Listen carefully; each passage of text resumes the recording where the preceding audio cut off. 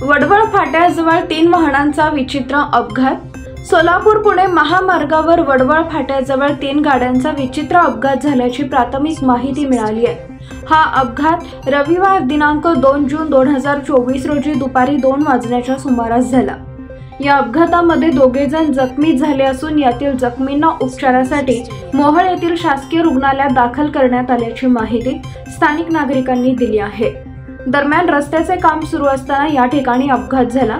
या ठिकाणी 3 वाहनांचा विचित्र अपघात झाला असून दोघे जण जखमी झाल्याची प्राथमिक माहिती मिळाली आहे। रोडचं काम चालू असताना टोर्नेडोची गाडी या ठिकाणी थांबली असताना या बलकर गाडीने विचित्र पद्धतीने येऊन या गाडीला ॲक्सिडेंट केलेला आहे। अशा पद्धतीने आता तुम्ही बघू शकता इथं 2 गाड्यांना अपघात झालेला आहे। यामध्ये काम करणारा एका कर्मचाऱ्याला पायावरून गाडी गेल्याने त्याला तात्काळ स्थानिक सिव्हिल हॉस्पिटल येथे नेण्यात आलेलं आहे। तुमचं काय नाव?